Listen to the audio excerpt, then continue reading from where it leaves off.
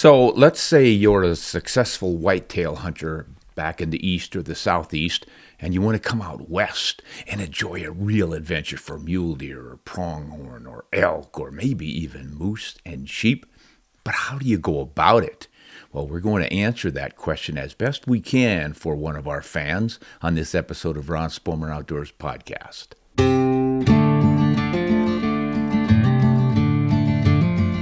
Hi, everyone. We've got a lot of great questions and answers from folks, and we've got a special guest going to show up here pretty soon.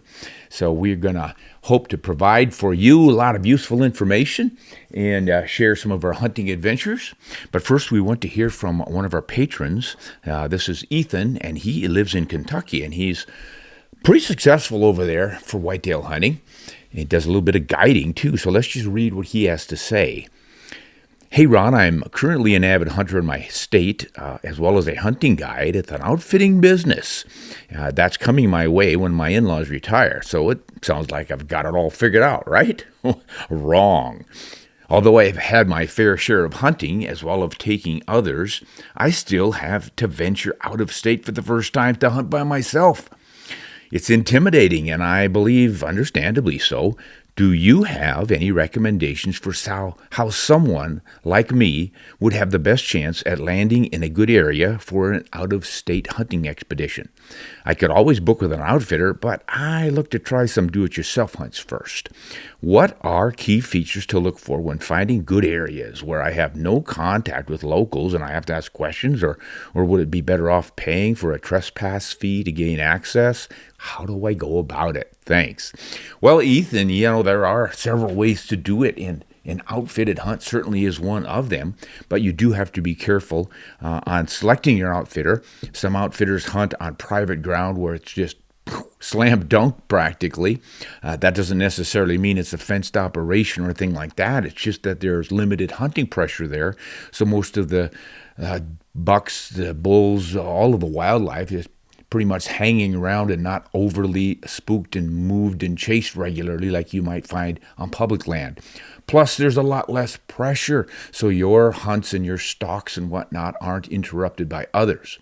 Public land, of course, is inexpensive because free access. But then you're competing with everyone else, and you really don't know what to expect. Now, here's a good way to get started. Contact the Fish and Game Agency of whatever state you're thinking of hunting, and they will have on their website lots of good statistics and data on their hunting areas, the units and such, what your chances are for drawing a tag in those units, what the buck to doe ratio, bull to cow ratio is in that particular area, what the annual harvest percentage is. The harvest might be 10%. Of successful hunters, that might be as high as 50%. With some species, it can get as high as 80 to maybe even 90%. You need to know all of that stuff and balance it. And then the other thing you want to figure out is how difficult is it to get into that particular unit to hunt. Let's say you find a unit that has a high percentage of bulls to cows or bucks to does, plus a pretty high success rate for the hunters who draw a tag, but a low success rate for drawing that tag. Well, a lot of us try for those because we think we're going to have a better hunt as a result, but we might wait 10, 20 years to draw that tag. It's really getting difficult to draw tags. But if you go in an open unit, you'll probably be hunting cows and small bulls or spikes or something like that. It's just a tough balancing act for the Fish and Game agencies because so many people want what you want, what I want. They want to have an incredible hunt with lots of animals, no other hunters getting in the way, and a really, really good chance for taking a big animal. So it just doesn't happen like that too much anymore. Now, if you have the idea that you can get deep into the wilderness to escape all the hunting pressure, you're probably going to strike out on that one too. There's just been a really big movement in the last 10 years or so toward more backpack hunting. Back when I was doing it in the 80s and 90s, it was pretty much a a good opportunity to get away from the crowds. But man, with a combination of horseback outfitters in the wilderness areas and a lot of aggressive young people going in with their backpacks, it's getting to be pretty crowded there as well. So yeah, there's just no good answer or easy answer for you, but it certainly does pay to get out west and start to get your feet on the ground. I always recommend that want-to-be hunters coming out west take a family vacation in the summer or the spring just to get the feel for the mountains and what it all looks like and what the roads are like and how you get around, and maybe meet some locals. Stop in a local sporting goods store and just be open about it. Say you'd just love to come out west and try a hunt and you really don't know where to start and all that. You might bump into somebody that can really help you out. Same thing with smaller towns and rural areas and visiting with locals at coffee shops or in gas stations. Bump into a rancher and start talking with him, and if you hit it off, he might invite you out to his place to hunt. Believe it or not, there are still private landowners out there who have not leased their ranches to someone, who are not charging hunters necessarily to trespass on hunt. They just enjoy the ranching life, and if they have some good friends, they let them come out to hunt. And it's not impossible to make good friends. Quite often, ranchers will meet folks from back east and take them under their wing, so to speak. And if they really get along, you hit it off. Next thing you know, you're invited out for a deer hunt. So those are just all of the things you can try. But when you do come out west for those summer vacations and stuff, you can do a lot of good searching in these wilderness areas, or even just the national forests or the Bureau of Land Management acres, where you can get a feel for what the deer herd looks like, or at least what the terrain looks like, so you feel more comfortable when you finally get out here. And while you're doing that, of course, if you're anticipating a camp, bring your camp with you so you learn how to set it up and use it effectively and efficiently. Boy, that's about the best I can tell you. Betsy, have you got some other ideas? Process-based hunter. Oh yeah, process-based hunter and other places like that. This is a good way to be more successful at getting a tag and even researching the areas. So this is my buddy Tate, who's often on these shows. His little company is called Process-Based Hunters, and they teach how to do all of this stuff as well as how to be a hunter. Everything I'm talking about, they actually have courses that teach that. And one of the things they're starting up now is they're getting some additional people on board who will completely understand all the different state regulations and application processes and have a really good handle on how to get you a tag. So you hire them for a small fee to put in for you. And you say, I want to go on a mule deer hunt in an area where I can get a respectable buck, but not necessarily a world's record, because I want to have a good hunt and have a good chance of getting one. And they'll find the areas for you, recommend them, put in for the best tags where you have the best chance of drawing, et cetera, et cetera. So you might want to check that out. There are many places like that these days. But obviously, we're a little bit biased towards process-based hunters because we work with Tate and his crew, and they're a great bunch of honest hunters and shooters who do shoot straight. So you might want to give those guys a try. Thanks for that, Betsy. Now, here is another one of our patrons, Joseph, who's going on a blacktail hunt on an island. This would be Alaska. Let's see what he has to say. Ron, I have a 6-day blacktail hunt booked on Kodiak Island next month, and I'm trying to decide what bullet to use. I'm probably just going to go with my good old 30-06, but I want to use a monolithic bullet. I haven't got one to shoot that well out of my rifle. But do you think that I would be smart to load a heavy 4-caliber bonded bullet? I know it's overkill for these little deer, but just in case I run into a brown bear, I think that might come in handy, or maybe a partition bullet.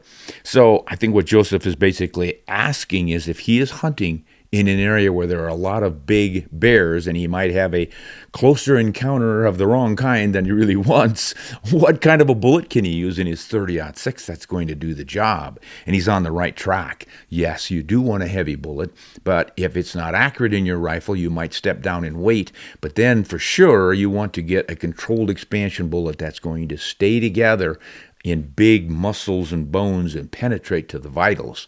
So yes, you're on the right track. A heavy 4-caliber bonded bullet would be good. The Swift A-frame, the Nosler partition, Any of the copper bullets should probably work pretty well. As everyone pretty much knows, I'm real high on the Barnes bullets as well as the hammer bullets, but there are many others out there these days that are doing a darn good job.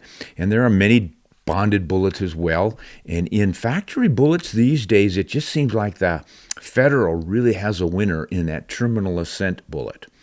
It's got all the right features to stay together with a good copper shank and some lead in the nose. It's bonded and it's sleek and has high BCs and all the things we want. It's kind of all-in-one bullet that's really becoming effective. But the Nosler AccuBonds, that's a bonded bullet that gets high praise from a lot of hunters as well. So yeah, you have a lot to choose from, but do try to find one that's a little bit heavy. I would start with 180 and go up toward 200, 210 grain. And I think you're going to have the kind of penetration you might need should a big brown bear come calling. All right, let's see. Robert, I think this is our last patron of the week here. And he wrote this way back in July, but I don't know if I ever answered it on a podcast so the rest of you could benefit. He says, Ron, I'm a longtime listener and I'm a new member on Patreon. I have a question regarding a new hunting rifle, which I could have the ability to use here in Iowa for deer hunting, as well as possibly taking it to Alaska or BC for moose or brown bear. I already have a 4570 and a 450 Bushmaster for here in Iowa. However, I am thinking of bridging the Iowa requirement of a 35 caliber or higher with the capabilities needed for hunting up north for larger game. With that said, the 35 Whelen would fit both criteria. However, is that cartridge sufficient for potentially longer distances in these areas up north? Or would I be ahead by sticking with the old reliable 30-06 Springfield up north? I love your podcasts and your videos. Look forward to your response. And I wrote back and said, well, Robert, the 30-06 is never a wrong choice, as they always say. However, the 35 Whelen is respected as a harder hitter on moose and elk and the rest of it. I could live with either one. It's your choice, really, but do dive into ballistic data for both of those before you make up your mind, because a 200 grain from a 30-06 will have a longer, higher BC bullet than the 200 grain from the 35 Whelen, or even a 250 grain from the Whelen. It will also have a higher sectional density, so that's a predictor of penetration potential. And then you can add in the higher velocity of the 30-06 bullet, because you've got the same cartridge capacity pushing a lighter weight bullet, and that's going to give you some advantages. And still, from what I hear from 35 Whelen shooters, they just insist that that cartridge hits like a freight train. So I myself would do more research on retained energy downrange, drops and drifts and deflections in the wind and all of that stuff. I think that's the way all of us need to look at these cartridge considerations when we're investigating a new potential rifle and cartridge to use for something like bears and elk up in Alaska. So do your homework, guys. All right, now before we get into the rest of the crowd, I want to say something about a cool knife I found here from Knives of Alaska. One thing I really love about Knives of Alaska is they've got some unusual knives, and this is one of them. This little thing is called the Muskrat. It's something different. It kind of reminds me of a round-nosed bullet. And it is sharp all the way around the nose and part way up the spine. And obviously this thing is called the Muskrat for a good reason. This is designed for fur, for skinning fur-bearing animals. I think it would work just fine on any other skinning job you want to do, but a small little knife like this is easily controlled, and you're not going to be poking holes in any soft hides like the fur bearers have. So you can utilize nature's largesse and use those furs and not poke holes in them when you're skinning with something like this Muskrat. You might want to check it out from Knives of Alaska. Now, we heard from a lot of folks on our videos, on our Ron Spomer Outdoors video channel. This is one of them, Leo.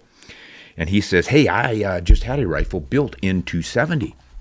I work with a lot of guys that have just enough money and not enough sense to be able to buy the next best thing. None of them could believe when I told them that I went with a 100-year-old cartridge in my latest rifle.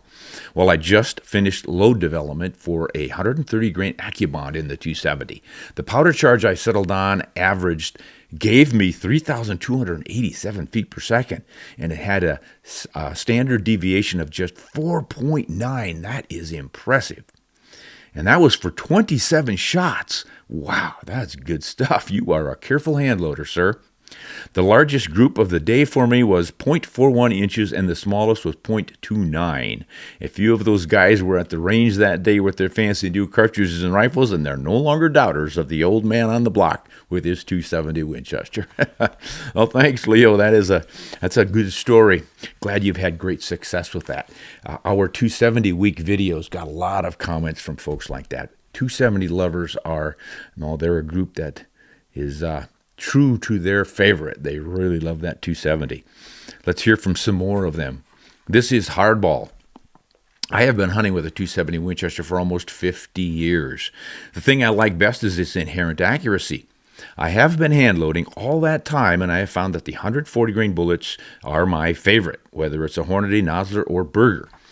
All velocities are north of 3,000 feet per second, and I've never had a deer go farther than 10 yards after being hit at any ethical range, and most of them were dead right there. I started off with a Ruger M77 with a number 2 heavy sporter barrel, and then I went to a Remington 700. Not really impressed with that, but then to a Savage. Many years later, I shouldered a Tikka stainless T3X, and I fell in love. That is my current 270, and I have on it a 4-16 by 44 SIG whiskey scope on top of it, and it's an absolute tack driver, putting 5 rounds off the bench into the same hole at 100 yards. Wow. That's literally with my hand loads. When I first shot it, I had to walk to the target, and the only way I could tell that more than one bullet had hit that target was the slightly ragged edge around the original hole. I will be buried with that Tikka. Wow, that is really an endorsement. Yeah, we quite often hear from Tikka people who say they are consistently accurate. We did test one recently that was not as accurate as most of them are claimed to be, and most of them that I've worked with in the past, although I haven't worked with that many. But then any rifle, any company, you can occasionally get one that's not quite dialed in. And who knows, the one that I worked with, and I think it was in the 270 week, we didn't test enough different rounds to find out which one it liked best, and we certainly didn't hand load it for it. And hand loading is always the way to find the most accurate load for your rifle, just because you can tailor it to the specifics of your rifle. All right, let's see what Jerome has to say. Ron, you mentioned back in the day that factory ammo was good for about 1.5-inch groups. Well, living in Michigan, I bought a 1967 Marlin lever-action chambered in .35 Remington. In it, I tried Federal 200-grain round-nose bullets. Off of a bench, that rifle shot 5/8-inch groups all day with that factory ammo. I haven't shot that rifle in maybe 20 years, but I can't let it go. I did get a Winchester Super Grade out of the custom shop with a 5-digit serial number, nicely engraved in 270 Winchester. It's a beautiful gun, and it shoots 3/4 to 7/8-inch 5-shot groups with most factory ammo, and it shoots a 1/2-inch with my hand loads. Well, when out hunting, people will ask me why I'm out in the field with such a great-looking rifle. Because that's what I bought it for. That's why. I just love that deep bluing job and that gorgeous wooden stock. And it shoots, so that's why it's my go-to hunting rifle. Yeah, that's a common thing. You get a beautiful rifle with a beautiful wood stock on it, and people think, well, that's a safe queen. You can't actually go out and hunt with it. You sure can. That's what it's designed for. That's why he bought it. You know, it's like having a beautiful wife. And no, it's not like having a beautiful wife? Okay, Betsy said it's not like having a beautiful wife. I don't know. I wouldn't leave my wife at home in the closet. I'd take it out and go hunting with her. Okay, well, let's see what Tom has to say. I hope it doesn't involve wives. I'm in trouble again, guys. Hey, thanks, Ron and Joseph. This was one of the most exciting and interesting videos yet. Oh, this was the one where Joseph and I, we had a 270 Winchester chambered in a Browning X-Bolt rifle that Browning had built with a long throat so you could shoot long bullets and a fast twist, 1 7.5. And the magazine box internally was long. So you could load these cartridges out to a full magnum length of almost 3.6 inches. So that told us we were going to be able to load it up and get some pretty good velocity. And then we went through the process. And you can see it all in this video. We would literally go in, load around, come out, shoot it, get the velocities, check it for pressures, go back in, load another one, work our way up until we were getting close to 3,000 feet per second. We didn't show the one where we got over 3,000 feet per second because we were really getting a lot of powder in that. It's just starting to show some pressure signs. To be safe and sensible, we backed off to the one that gave us 2,950 feet per second with a 175 grain bullet. That's 270 Winchester, guys. Not an Ackley improved version, just the standard. But because of all that extra length and stuff, we were able to do this. So a lot of folks loved that video, and this is one of them.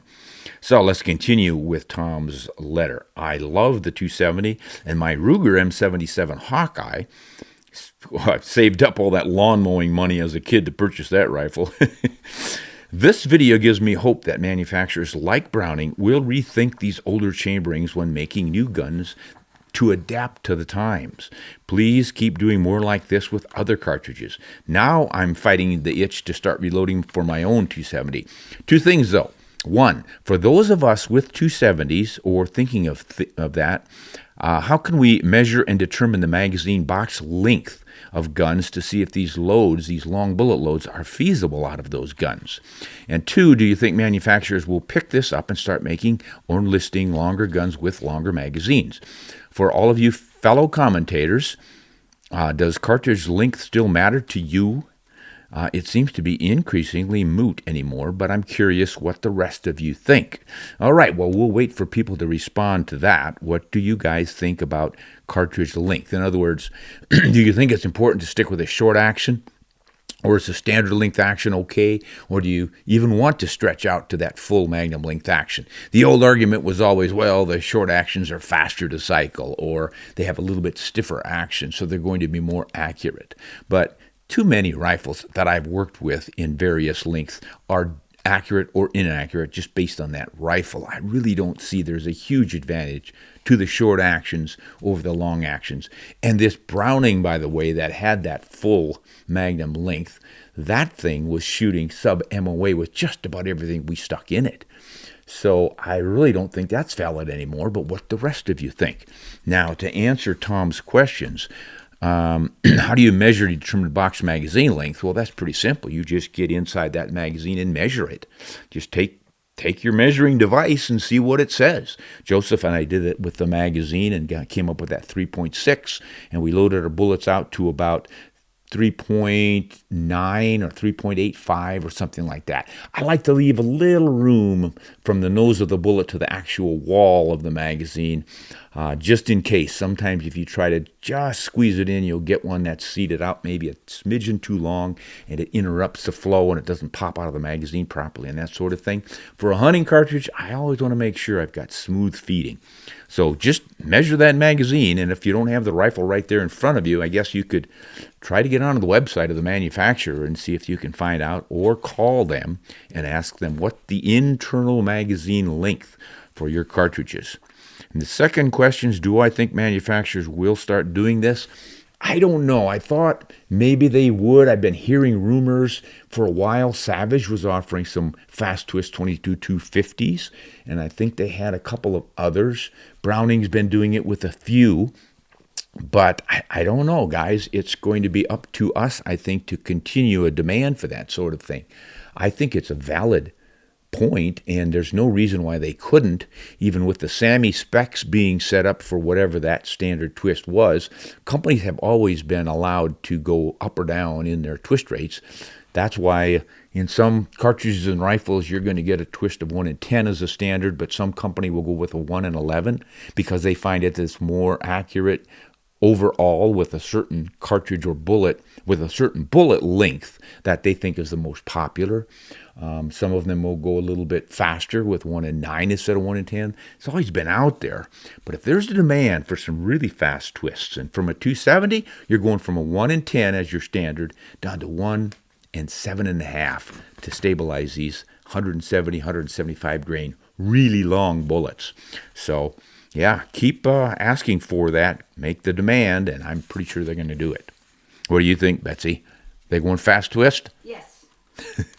Betsy loves fast twist. She has a 6.5 Creedmoor, and of course that's always been fast twist. And she likes shooting my 8.6 Blackout with the.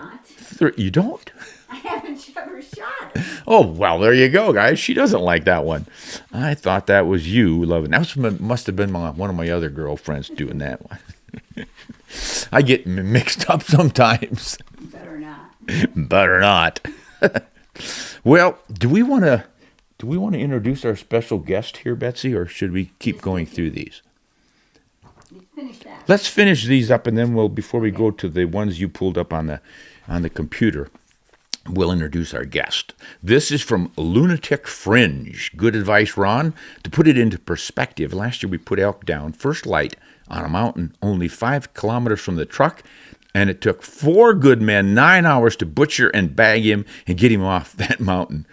So be by yourself if you want to, but oh boy, this is the one on backpack hunting. I think we did a short when I said, hey guys, if you think it's romantic to go on a backpack hunt for elk in the wilderness, yes, it is romantic, but it's a lot of work. You've got to really be prepared, and he is backing that up. It took 4 men 9 hours to butcher, bag up, and pack out that elk, and they were only 5 kilometers from the truck. I remember my first big bull elk by myself. It wasn't really in a wilderness area, but it was could have well just been because there was no road driving in there. There was a trail, and I started hunting that elk on that trail about 3 miles back in, and by the time I finished and got him, he is well down the side of the mountain, and it took me forever to haul him out of there. I was literally grabbing bushes to pull myself up. There are some really, really steep slopes in Idaho, and this was in North Idaho, pretty thick up there. So I'm having to plow through the bushes and use them to help pull my way up, and I'd get one load of meat up to the truck, have to hike all the way back down, get another one, climb back up, hike all the way back up, back and forth and back and forth. 5 trips to get it all out of there. Whew. So if you backpack 10 miles back in, imagine what that's going to be like. So yeah, it's a little bit romantic, but it's a lot reasonably difficult. So approach it with some common sense, not just dreaming. Okay, here's something on the 8.6 Blackout. Subsonic ammunition. We did a video on that. People had all sorts of ideas about the good and the bad with that one. This is Razor's Oars. You smack-talked this round last year. You literally called it the weakest .338 ever made, called it a gimmick. What happened? Did they pay you money for this, or did you just decide to change your mind? I didn't decide to change my mind. I actually worked with it, and it changed my mind. And this is, I think, a slight fault for most human beings. We make our mind up before we have all the facts or the experiences. You see and hear this all the time. This cartridge sucks, it's worthless, and you've never worked with it. This cartridge is the best of all time, but it's the only one you've ever worked with. So I see this little .338, or it's a 8.6 Blackout, which is a .338 caliber bullet, being pushed by powder capacity that's shorter than the length of the bullet. So it's only going 1,000, 1,100 feet per second or so. That sounds stupid to me. .338 Win Mag, you're talking some serious power there. You guys have to remember, I grew up in the 20th century, an era in which we were always trying to go faster because we didn't have laser rangefinders, so we didn't know how far away anything was. The faster your bullet went, the flatter it shot, the better your chance of hitting one at a range if you misjudged the distance. We were not going to be fooling around with bullets that only went 1,000 feet per second.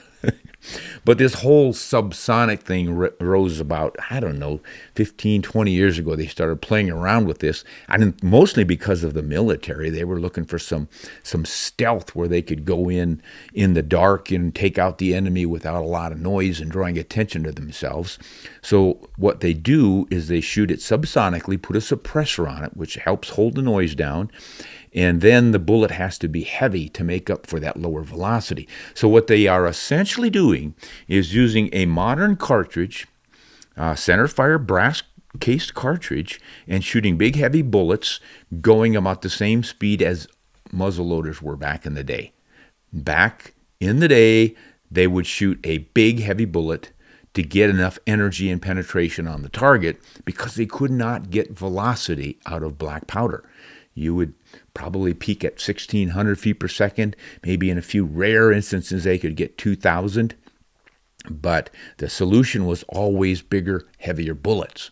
So we're sort of going back to that just so we can be a little more sneaky and quiet with these subsonics. So if you're hunting in, say, a neighborhood where the neighbors will get all upset and call the police on you because they heard a loud rifle shot or something, and there are plenty of places like that, you shoot something subsonic at your deer, and you're probably going to have a range of only 150 yards at most because there's such an arcing trajectory to these things. But again, takes you back to the muzzleloader days. What were they good for? Usually around 100 to 120 yards. And then those bullets just started to plummet. So we have the same thing now, but you don't have to mess around pouring powder down your bore and all the muzzleloader stuff. You've got a cartridge in a rifle. You can go out in the rain and wind and not worry about these things. But you're still pretty much delivering the same sorts of energies and trajectories that you would get out of an old muzzleloader. So it works great in situations where you don't want to make a lot of noise and still get your deer or elk or any big animal. Use a big bullet. All right. Now, here's somebody else who's taking me to task for this 8.6 Blackout. What a pathetic little man. Guns are for scared little cowards. Where do you even begin with something like this?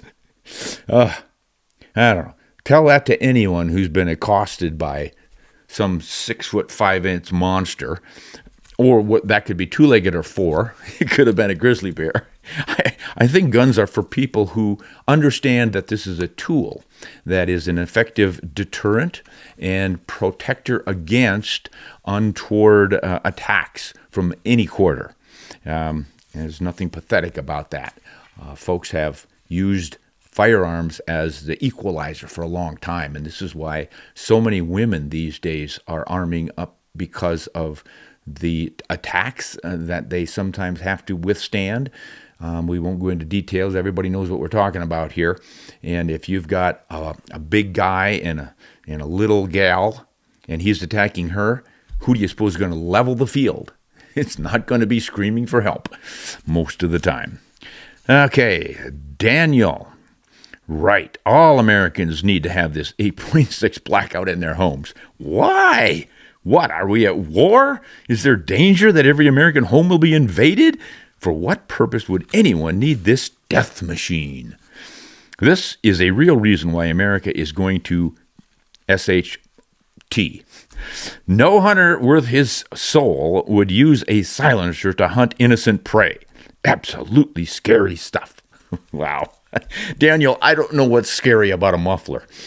You have mufflers on your cars and your motorcycles. Mufflers are to reduce a loud sound. And firearms produce a loud sound. The man who invented the muffler for automobiles invented the silencer.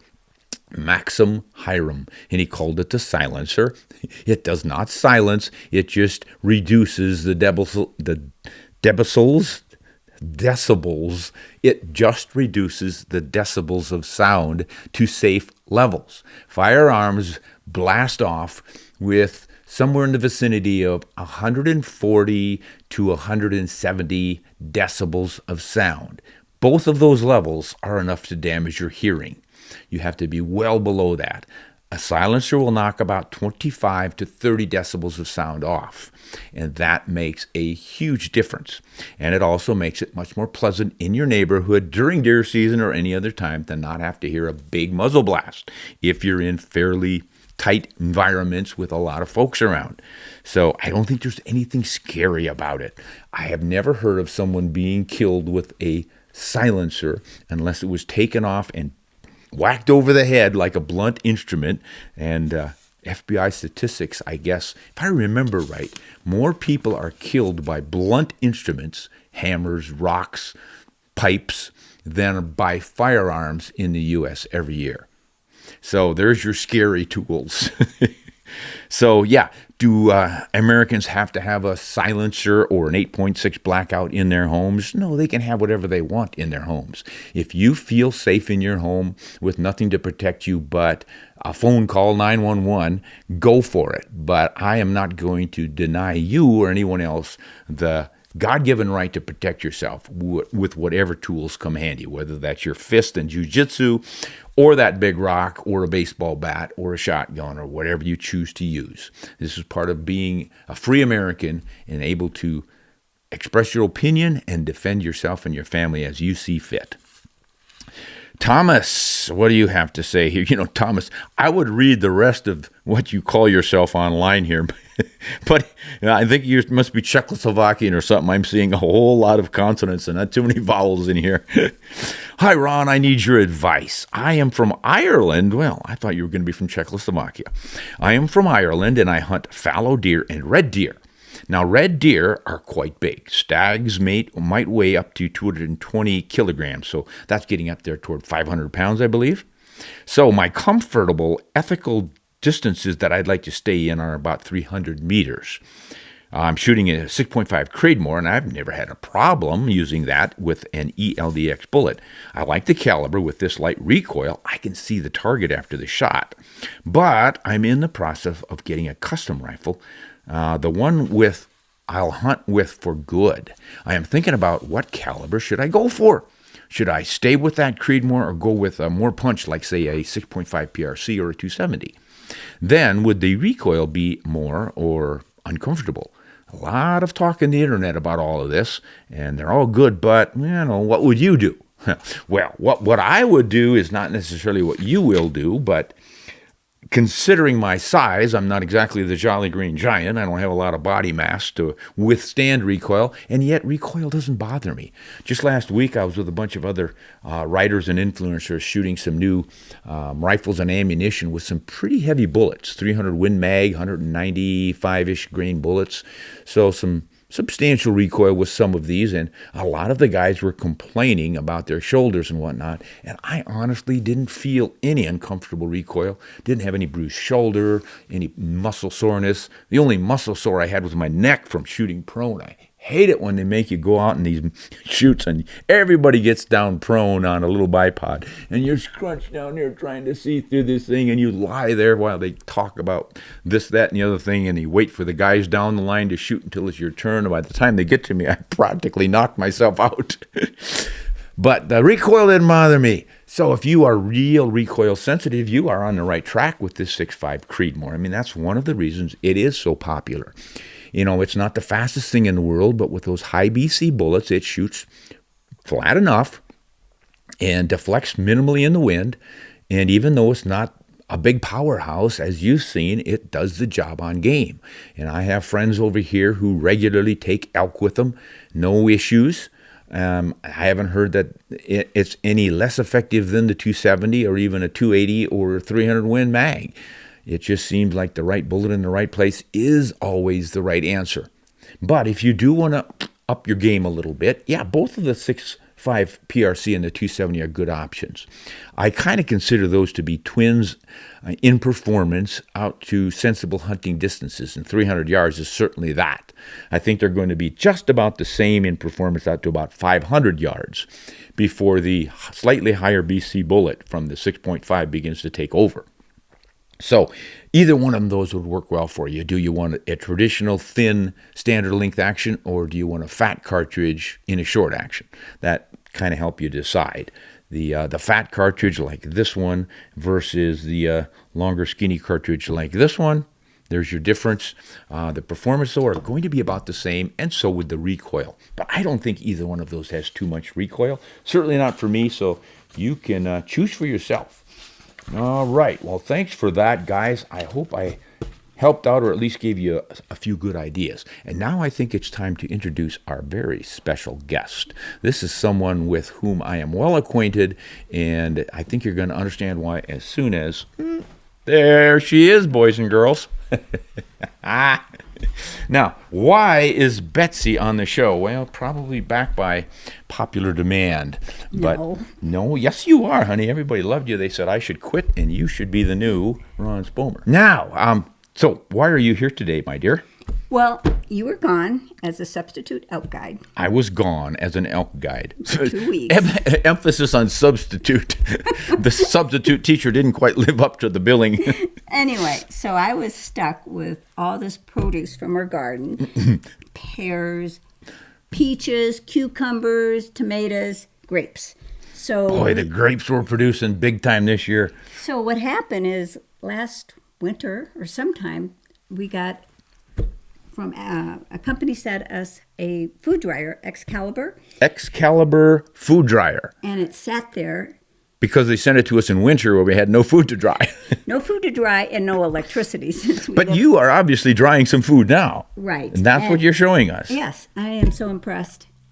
I am so impressed with what this food dryer can do. And actually, there are cucumbers for waters.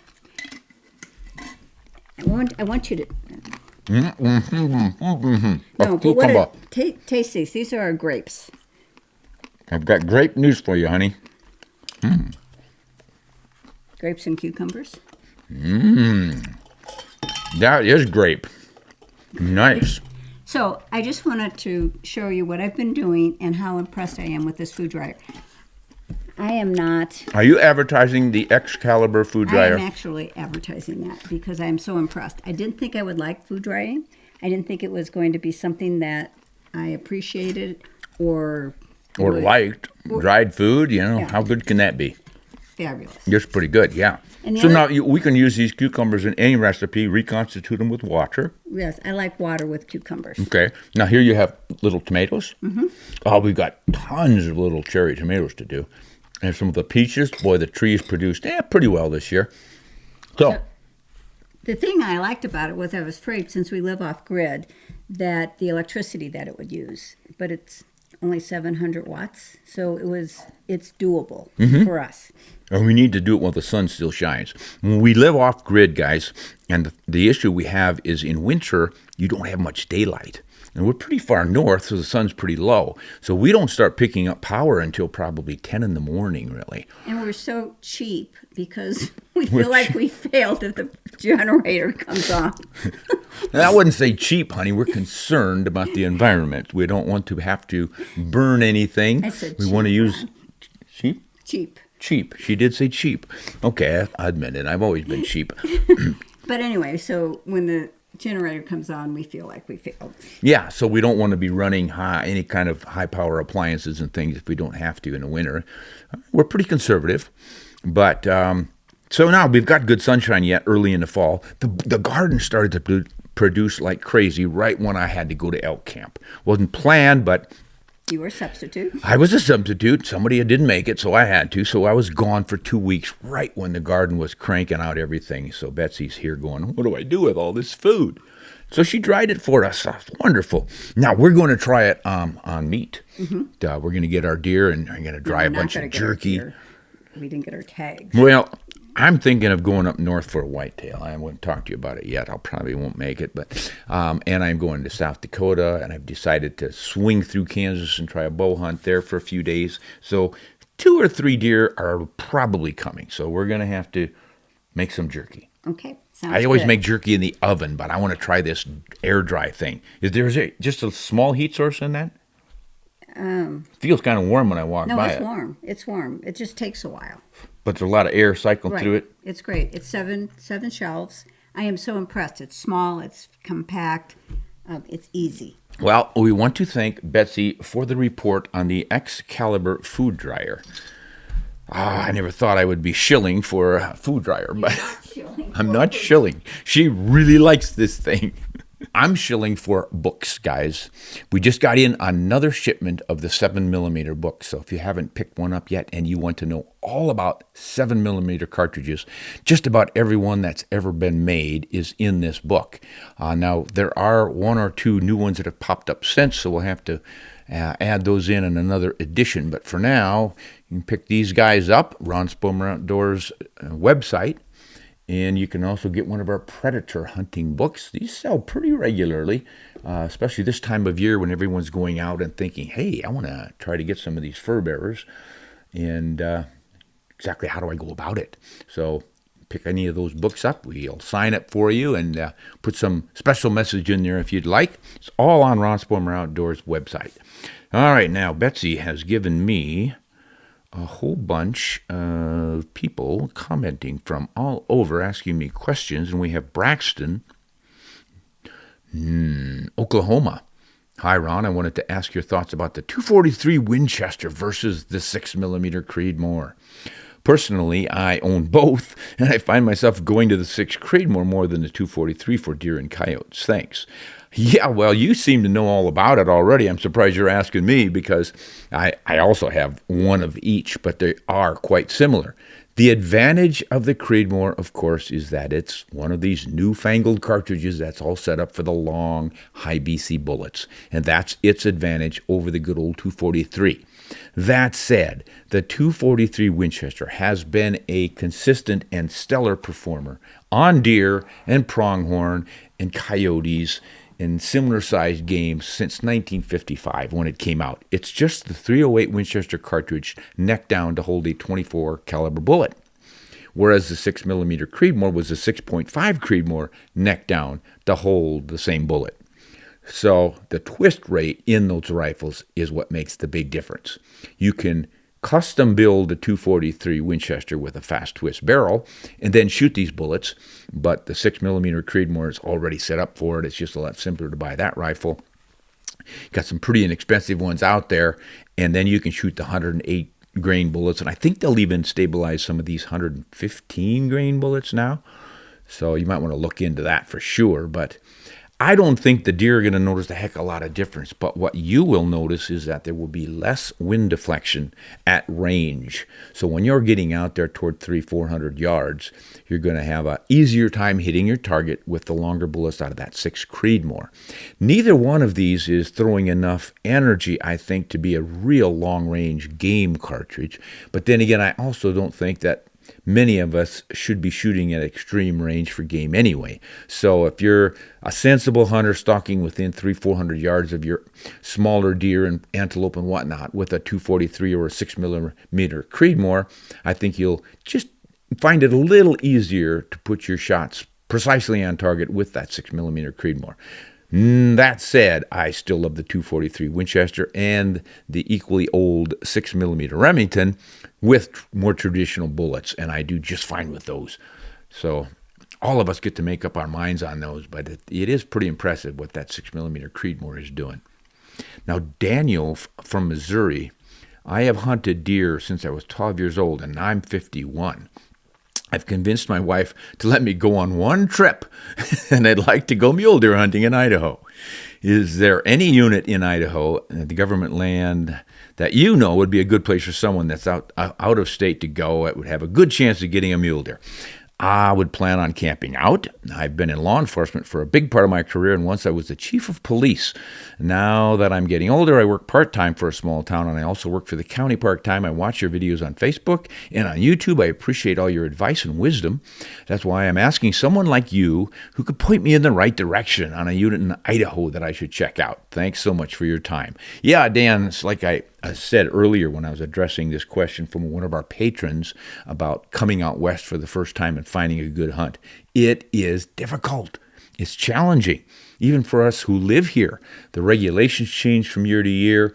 The units will suffer drought one year maybe, or a fire. I've been burned out of some hunts in some areas in the past, so things can change rather quickly. But the bigger issue just seems to be that the mule deer population has been on a steady decline now for probably 20 years. And a big part of the problem is the changing habitat and the human density out here. We're getting too much like the East in the West now. Everyone's come out here and they want to live the high life out west where land is wide open and free, and as a result it's not quite so wide open and free anymore.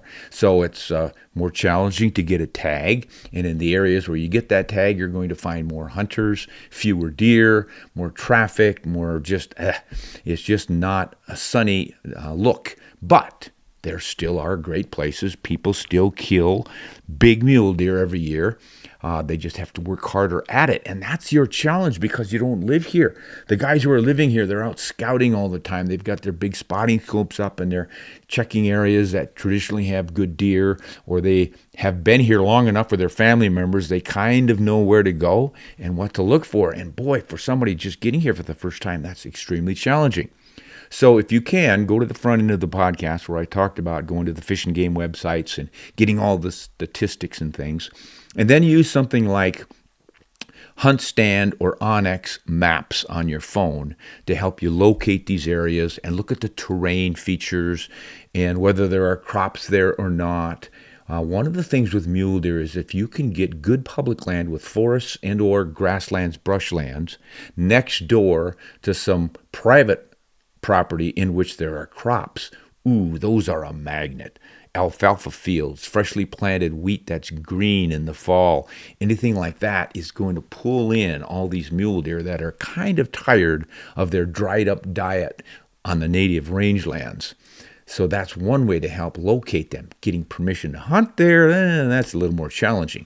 But if these deer are moving onto the public land to bed and hide out in the brush and then just coming into the fields at night, you've got a travel route that makes them available to you. So that's one thing you can do. But as far as telling you right now, go to unit 45 or 55 or 65 or 35 or whatever that is in Idaho, I don't have enough information on those units. Betsy and I have enough of a challenge just getting our tags and hunting on our own place here. This year we forgot to get the tags before the closed, even though we could have gotten them. We were busy with other projects and we go, we forgot to get our deer tags. So now we can't even hunt on our own ranch. How sad. So I wish you good luck, Dan, but you are going to have to put a lot of effort into getting this pulled off. There are let's put it this way. There are millions of acres of public land in the West on which you can find mule deer. The chore is finding them. So you may have to take your wife, who's granted you this one trip, and get her to come along on a summer trip so you can start snooping around a little bit, show her the beauties of the West, and get to know it a little bit. And then she might loosen up a little, let you come back more than once, because I think it's going to take you a few trips to really get your feet on the ground and find a place. Otherwise, as Betsy said earlier, go to Process Based Hunter and ask them to help you out, to find you a good spot and help you draw that tag. And I think you're going to be much better served that way. All right, Josh down in southeast Missouri says, Ron, I picked up a Browning BAR in 243. Where I hunt, a shot beyond 150 yards hardly ever happens. I was thinking of putting a loophole 1.5 to 4 on it. Would this make a good pairing? Thanks, and have an exceptional day. Yeah, that scope would work just fine for a 140-yard shot, 150-yard shot. Maybe even 200-yard shot. Remember, back in the day when scopes first started really catching on, Jack O'Connor and his ilk were out hunting in the mountains with 4X scopes and taking game at 400, 500, even 600 yards with 4X scopes. I mean, think about it. There are shooters who can use peep sights and post sights on the front of a rifle, open sights, and shoot pretty accurately out to 400 yards. Maybe even a little farther if you've got good eyes. You got a 4X scope, you're seeing a target 4 times bigger than what they are. So, yeah, it's not ideal, but certainly can be done. Personally, if I were hunting like that, would go with the 2 to 8 by 36. That one has served me well, and 2.5 power scope. I mean, that's plenty low enough in power to take deer jumping up right in front of you at 20 yards in the brush and that sort of thing. But 8X gives you a little more reach someday should you need it. So you can carry that thing at a lower power, crank it up when it makes sense in case you get into big open fields someday or something like that. So that should work for you. Now out in Washington State, we hear from Douglas. And he says, hey, sidekick Ron and cowgirl Betsy. See, it's one of these guys who thinks this is your show and I'm just your sidekick. I love your podcast, and it has spurred a lot of interesting questions between my best friend and me on various topics. We have been hunting together since the 1980s, although neither of us hunts much anymore. I started hunting with a .32 Winchester Special in the 1970s before upgrading to an 8mm Mauser. He started hunting about the same time with the .243 Winchester, and then he upgraded to a 7mm .08. We almost exclusively hunted blacktail, the occasional mule deer. He also liked hunting varmints, which never appealed to me. Well, the other day we got to talking about bullet placement. I had asked him where he had shot a particular animal back in 2005 because I couldn't remember, and he told me it was at the base of the skull. He said he found pieces of vertebrae on the ground by where it fell. I was there for that incident, although I was a few hundred yards away, but I was always taught, as you were, that behind the shoulder blades was the best choice for shot placement. It was surprising that with all the time we'd spent together, we hadn't talked about this, but he said that his favorite shot placements were either the base of the skull or by preference a couple inches above that white spot on the chest if the deer were facing him. To give him his credit, he is one of the best marksmen I've ever known. And I remember a period of 20 years back in the 80s and 90s where he never failed to fill his deer tag. He also claims to have never taken a second shot, which is not the same as saying he never missed. But he also said that the biggest reason for his shot placement was that he hated to have to try to find the thing if it ran. He hated packing them out any further than necessary. How reasonable, I would say, if you can do it, and he obviously could. In the area we almost always hunted, we would rarely get a shot beyond 300 yards, and 150 was more typical. The particular deer in question was about 50 yards. Hard to miss for either of us. I admit at 50 yards head on, I probably would have taken that deer right at the top of the white spot myself. So, Ron, what are your thoughts? I look forward every week to podcasts. I can't always watch them live, but I catch them. Well, appreciate that, Doug. And, you're raising some really good questions here. And it's up to the individual, obviously, always is. But the reason that I am not recommending these headshots is because the head moves too quickly. And if you botch a shot, you can cause a gruesome injury to the front of the face, the nose, the jaw. I've seen 2 or 3 deer now running around with their jaws shot off or the nose shot off. And they can still run and get away quite well. Now, if you're a deadly accurate shot and you can really be careful about picking that shot, et cetera, it's obviously worked for your friend. But I just can't recommend it for everybody because most hunters are not that good a shot. Even if they're good on bench and on paper, they're not good in field positions or under the adrenaline stress of the big buck, et cetera. And it's just a lot safer to go for that vital area in the chest. You've got a lot of what I call fudge factor. You can be off by 3-4 inches up, down, left, or right and still hit the vitals with that tight behind the shoulder shot. You can go right on the shoulder, ruin a little bit more meat, or tight behind the shoulder, ruin almost no meat. And yes, the deer usually dashes off for a few seconds before expiring. But I always say part of being a hunter is being a tracker. Our responsibility is to quickly, cleanly as possible take that animal, but then once we've made our shot, understand the physiology and how all of this works and be prepared to follow up, track the animal, find it as quickly as we can. That's just part of being a hunter. So that's why I recommend the behind the shoulder shot. All right. In Ohio, we have David. Hello, Ron. Greatly enjoy the work you do. Wish I would have found your YouTube channel sooner. I was looking at the Tikka 3X Hunter rifles in 30-06, but I found it really strange that the twist rate is listed as 11 inches, not 10. Why is not the SAMI specs followed here? Looking at the Mossberg Patriot, the Hauba 1500, or the Tikka 3X, hard choice to have. Yeah, Dave, as I said earlier, manufacturers are free to twist it however they want, and a fair number of them like that 111. And I think the reason is that they assume most hunters are shooting 150 grain to 180, and very few are shooting the really long bullets for which that faster twist is needed, and that would be the 200 to 220 grain. So, a lot of shooters these days are starting to load up 130 grain Barnes X bullet, for instance, is going to perform at least as well as the 150 grain traditional bullets, lead cord bullets, as far as penetration and all, but you've got less recoil. You've got a flatter trajectory because it's faster, push that thing fast, and there's some 125 grain bullets out there that are doing really well too, and they're probably going to perform a little bit better with that 1 in 11 twist. That's the reason that I've come up with. I haven't asked Tika or anyone else why they do that, but that'd be my guess.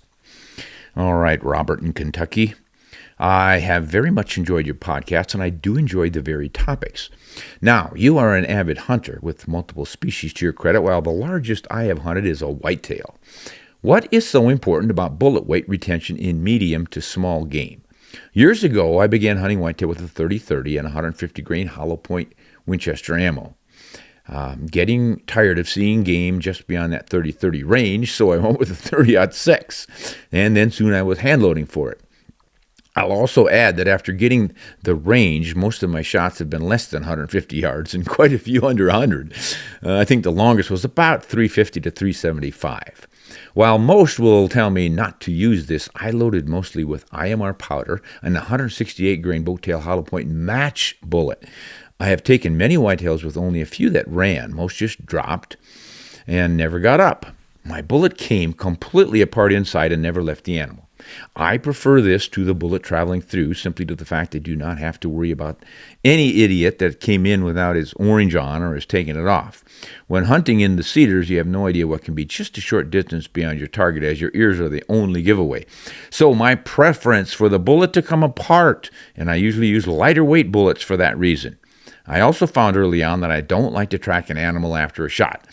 A friend I used to hunt with at the time, we both used 30-06 Remingtons, my hand load 165 grain Spire Point, or 168 as mentioned, and he was using 180 grain ST. Well, I took the lung shot, he took the heart shot, my deer dropped, and I had to track his once well over a half a mile. Even showing him the difference, I could never get him to go to a lighter bullet. Your thoughts, Robert? Well, Robert, you're touching on what we were just discussing. Do you go with a lighter bullet or a heavier bullet, a more solid bullet or a more frangible bullet? And one of the things about frangible bullets is they do what you said. They get inside and they break up, and all that shrapnel is moving around in there, tearing more tissue, so you generally get a faster demise because there's more hemorrhaging. The downside to it is that sometimes those bullets won't get inside. I agree with you. This usually doesn't happen on a whitetail-sized animal versus an elk or a moose or something, but it is reported to have happened. So hunters seem to want more choices in bullets, and those of us who like shooting through for the better blood trail and less internal pieces, a lot of times I'll find bullet fragments in the meat. I don't like that. So there are different reasons for different folks. But you are right. Frangible bullets can kill quickly and usually do. There's just that issue of what about the times that they don't. But then again, the more controlled expansion bullets, sometimes, as you noted, game runs quite far. I would be searching for a bullet that did more hemorrhaging and still stayed in one piece. And I've had great luck over the years, as I often say, with the Barnes X bullets, the TSX, TTSX, the LRX, the MRX, and even the original Barnes X bullet. And I have great luck with the hammer bullets, which are designed to send 3 or 4 petals off the nose tangentially in the animal, similar to the fragmentation you're getting with your match bullets.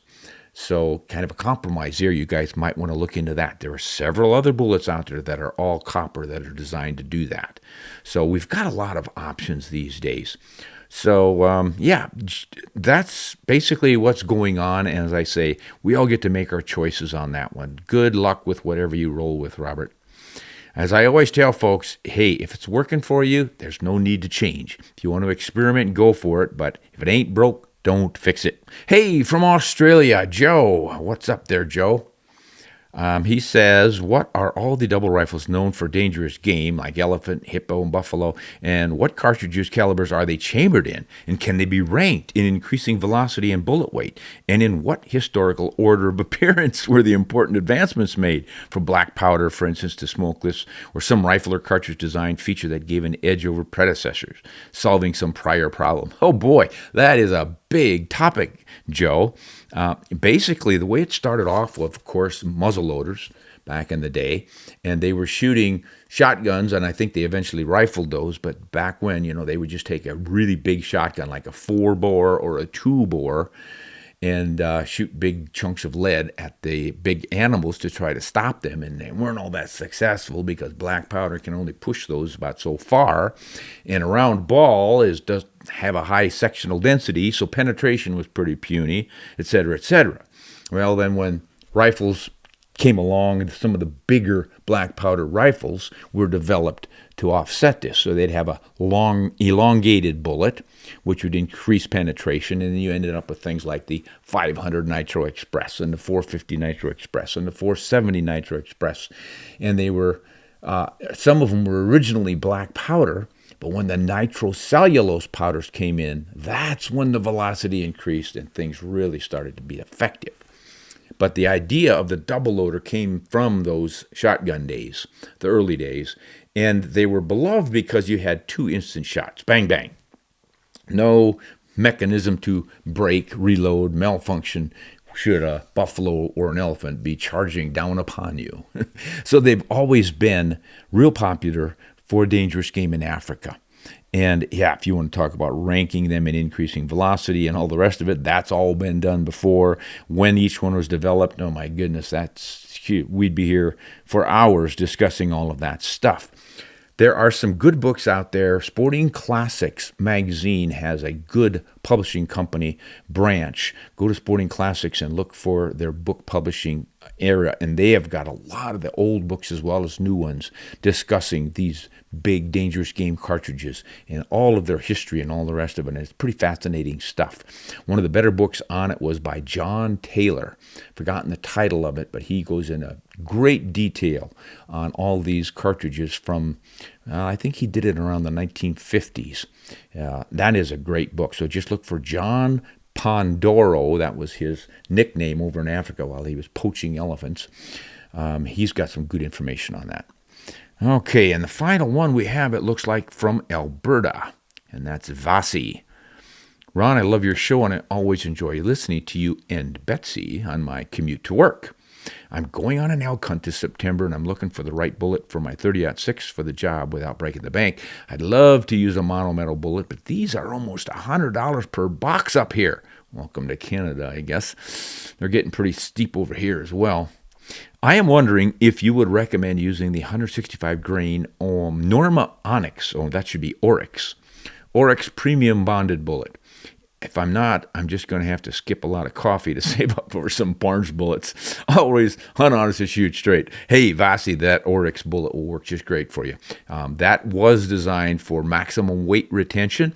It's got a bonded lead core and a really thick copper jacket. I've used those on animals in Africa up to the size of eland, and they work beautifully. So not the highest BC in the world, but the bullet's definitely going to be good for elk. So good luck with that one, or giving up your coffee, saving up your money, and getting some Barnes bullets. All right, that looks like everything from everybody. Anything to add there, Betsy? No. Well, in that case, we want to thank all of you for writing in. Thank especially for listening. Tell your friends, tell everybody to join us here, subscribe, sign up, join, what all that stuff is. It always helps to have more folks listening in and keeping me on the straight and narrow. Betsy can't do it all by herself, guys. She can make me do a few things right, but then she needs a little support. So help her out. Absolutely. Help her out, write in and tell me what I need to know and do better. Until then, I'm helping all of you have great, great fun this fall hunting seasons. They're really right upon us now. So get out there and enjoy your heritage. This wonderful world we live in is ours to enjoy to the fullest while we're here. Hunt honest and shoot straight.